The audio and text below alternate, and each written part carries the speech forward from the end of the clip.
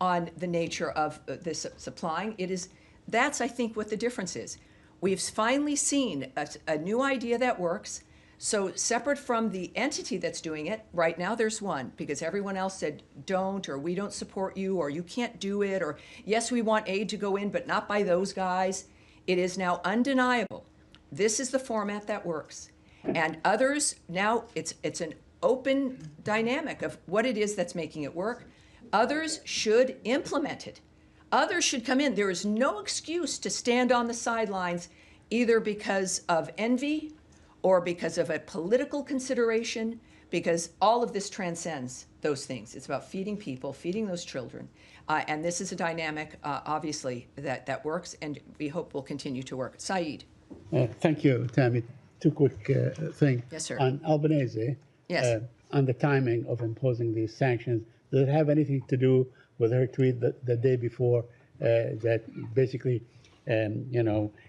slamming Greece, France, and Italy for allowing Netanyahu's plane over their airspace when they are signatories to the Rome Protocol? I mean, she's talking about technical things. Did that have anything to do with it? No, this has been, and it's a good question because it highlights that this is not an action based on one action or one thing. This has been a long-term issue. And what I will say to you is today, and just more details, the United States is imposing sanctions on UN Human Rights Council Special Rapporteur Francesca Albanese for her abuse of that role to directly engage in ICC actions against Israeli officials.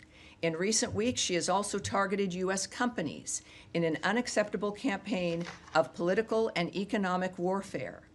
As the President's Executive Order, EO 14203, makes clear, the ICC's actions set a dangerous precedent for lawfare that endangers our national security and foreign policy and infringes on the sovereignty of the United States. The President declared a national emergency under the EO that emphasizes, quote, the United States will impose tangible and significant consequences on those responsible for the ICC's transgressions, which would include blocking of property and visa restrictions. The United States will take whatever actions we deem necessary and appropriate to protect our sovereignty, to protect Israel, and any other U.S. ally from illegitimate actions by the ICC. That's why that occurred. Yeah. Okay, and one quick follow-up on Tom's West Bank thing. Now, we have seen really, a spike in settler violence in the West Bank. And, whether it's in places like Masafer Yatta, where they basically, there was a big film about it and so on that won the Oscar and so on, but also in other places, in the Jordan Valley and so on. And my question, who is in the State Department following up on these incidents? I mean, how do people, including Palestinian Americans that live in my village, for instance, some of my relatives and so on, who do they go to when they say we have been subject of attack by settlers and so on?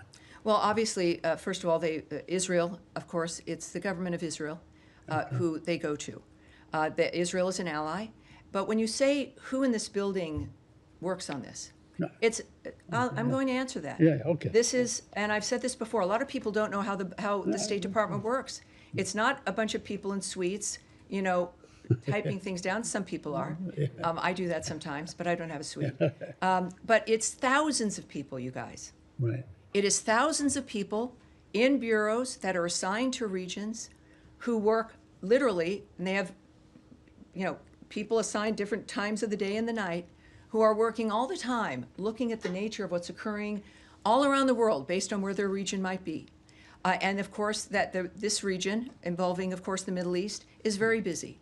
I see them almost every day. And during the briefing days, we sit down and I get briefed by these people, these experts, who watch everything that's happening, who are talking to everyone, who know what's occurring, who know where the policy is moving, who know what the secretary is thinking, or at least what his trajectory might be.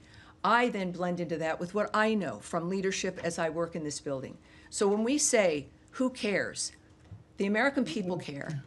The State Department cares as a collection of the American people who have committed to this work specifically, which is not easy and does not make anyone rich, because they care about the country and they care about what happens around the world in the relationship of making sure America stays safer, more secure, and more prosperous. That's who cares, and that's who's working on it. Thank you. Yes, sir, right there behind. Okay, so, Yes, sir. Thank you so much, Tammy. Just a follow-up on Saeed's question as well. Is the Office of the U.S. Security Coordinator in Jerusalem still working under General Michael Flynn, I believe? And because recently there were a few reports indicating that there was a visit to Noor Shams refugee camps. Let's stop right there. Let's stop right there. This is moving into gossip and a report or reports of something. We can save everyone's time because we're moving out of my time. But I will not comment on things that you've seen in a paper somewhere or reports of wanting gossip or my speculation. That won't happen. I will have it taken back, your question, in the event there's something we can get to you. But we're going to move on from that. Yes, sir, go ahead. Just a quick follow-up. No, we are going on. That was your chance, sir. No, sir, right there. Thank you, Yes, Tammy. On the optimism expressed by the administration on the potential ceasefire in Gaza, and Yes. particularly the distribution of humanitarian aid, Yes. are there plans in place to stop the firing on Palestinians trying to get that aid? Well, if we've been demanding for a long time, there's one group there, it's just horrible, that will not stop shooting people or lay down their weapons. Hamas. They could lay down their weapons. There are fewer of them, we will have to admit, since the beginning of this war. And they also won't release the hostages. So part of the ceasefire plan, of course, you have a ceasefire when people stop shooting. So if we're looking at the nature of if there's a plan in that framework, and also, of course, what Secretary Rubio has noted, that there is no place in the future for Hamas. Hamas should not exist. It cannot exist.